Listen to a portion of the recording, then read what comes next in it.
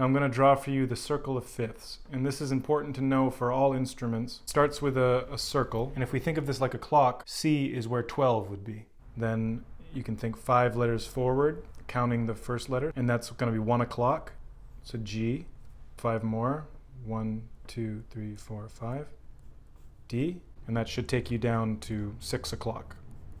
So you have the first 6, and these are the sharp keys. Now you can switch at the bottom here. F sharp is the same as G flat. So going to the flat side, it's going to be 4 notes forward, or if you want to think 5 notes back.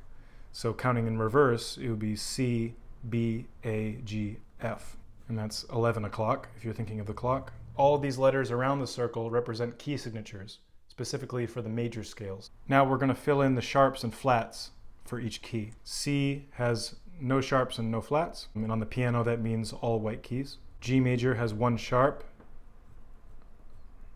and it's an F sharp.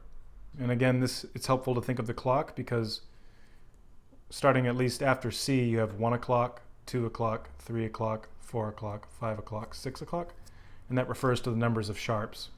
So D has 2 sharps, and you'll have to memorize the order of these sharps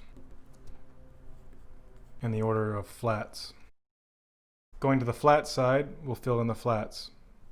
One more advanced aspect of this whole design is that each key signature has what's called a relative minor scale, meaning it keeps the same key signature but starts on a different note. So if you start on D instead of F, your scale will be a D minor scale instead of an F major scale.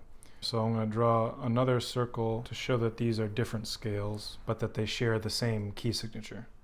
For C, it's A minor.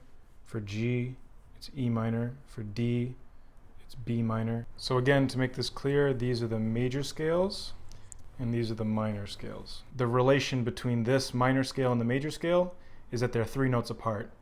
So D, E, F. This is what's called the circle of fifths.